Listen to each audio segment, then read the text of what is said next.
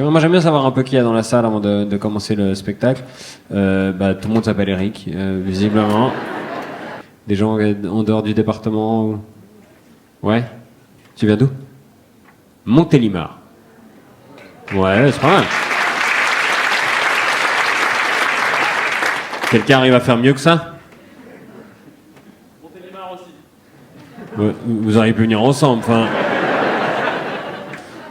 plus, c'est une région assez écolo ici, donc on va vous juger. Okay. Vous connaissez les deux? Je sais pas, comment tu t'appelles? Delphine et Julien. Ça te dit quelque chose? C'est pas insupportable quand les gens font ça. Ah, tu viens de Montélimar, tu connais pas un Julien? Oui, 4, connard. Et est-ce qu'on a des gens... est-ce qu'on a des Suisses? Ouais. Ah, je suis surpris, parce qu'en général, je pose la question, parce que j'aime bien m'entretenir avec des membres de la diaspora de mon pays. Et il y en a pas souvent, hein. Enfin, souvent, il y en a, mais ils osent pas dire. Là, c'est... Vous êtes pas ensemble non plus? Non. Ok, bonsoir. Monsieur, vous avez levé la main? Ouais, comment tu t'appelles? Julien. Mais... Est-ce que c'est un jeu de memory? Et on doit trouver les paires, parce que j'en ai déjà deux. Hein.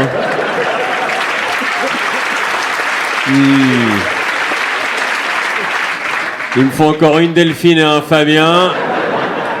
Donc les Juliens, vous pouvez vous lever les deux puis sortir, ça c'est bon.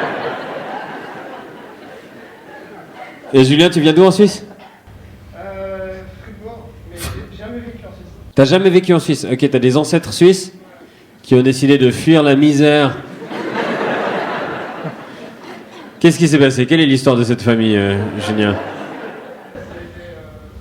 Avant la Première Guerre mondiale. Avant la Première Guerre mondiale. Donc, peut-être que quand tu dis que t'es suisse... Parce que moi, je suis mérovingien, au cas où. Je sais pas si quelqu'un d'autre a les mêmes origines. Eric, donc t'es grenoblois? Mais vous appelez tous Eric à Grenoble, parce que le maire aussi, non?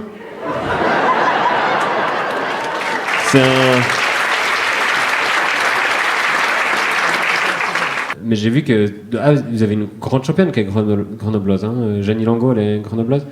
Mais j'ai vu les stars de Grenoble. Il y a Jeannie Langot, Roland McDan, l'humoriste là, qu'il n'y a que vous qui connaissez, comment il s'appelle? Voilà, lui. Que des stars à moustache, hein, c'est...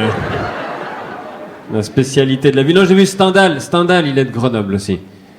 Mais en vrai, je suis allé voir dans la biographie et j'ai vu qu'à 16 ans, c'est marqué « Il peut enfin fuir Grenoble ».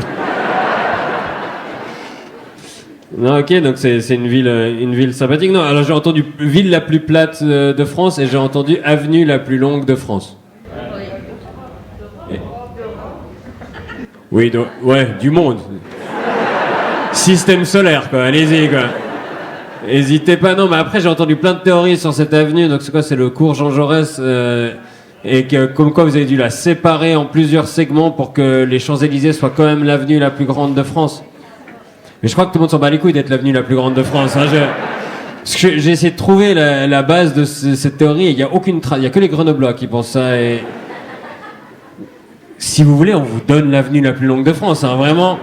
Je pense pas que ça va provoquer un afflux massif de touristes, hein, Je crois que quand ils débarquent, quand ils partent de Shanghai, ils disent « Bon, on fait quand on va prendre des selfies sur le cours Jean Jaurès ou... Et la Chartreuse aussi, c'est votre fierté. La recette est secrète. Mais il y a quand même 55% d'alcool. On a déjà fait une bonne partie du chemin, hein, à part ça. Et je suis tombé sur un article qui disait comment font les moines pour garder la recette secrète. Je crois que c'est un peu la spécialité du métier, hein. C'est pas le pire des secrets qu'ils gardent, hein, la recette de la Chartreuse. Voilà.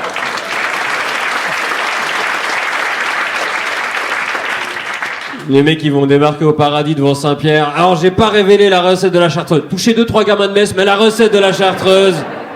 Personne ne sait qu'il y a de la fleur d'oranger dedans. J'ai vu aussi, vous êtes fiers de votre maire, Éric Piolle. Alors là aussi, vous aimez bien, vous adorez dire des trucs genre ville la plus plate de France, avenue rectiligne la plus longue d'Europe. premier maire d'une écolo d'une ville de plus de 10 000 habitants en France. Si on invente les catégories, c'est facile d'être premier après. Hein. Vous savez qu'on est dans le plus grand théâtre rond d'Isère. Non, franchement, à un moment donné. Et j'ai vu qu'il était contre la 5G, monsieur Piolle. Il a fait une déclaration sur la 5G. Il a dit, de toute façon, la 5G, c'est pour qu'on puisse regarder du porno dans l'ascenseur. J'ai pas bien compris, c'est un argument pour ou contre, hein, mais... En tout cas, je pense qu'on va attendre les ascenseurs plus longtemps, hein, parce que... Il y en a qui vont faire des allers-retours. Puis comme vous êtes en rivalité avec Lyon, vous avez un maire écolo avant Lyon. Ça c'est bien, quoi, ça vous pouvez leur dire. Bon, vous êtes en rivalité avec Lyon, mais Lyon, ils sont pas en rivalité avec vous, hein, si jamais. C'est assez unilatéral, hein. Non, mais je sais que vous vous plaignez ici, vous êtes jaloux de Lyon, parce que Lyon a tout avant vous. Alors si jamais, moi je vais jouer demain à Lyon, donc pour une fois Grenoble a un truc avant Lyon.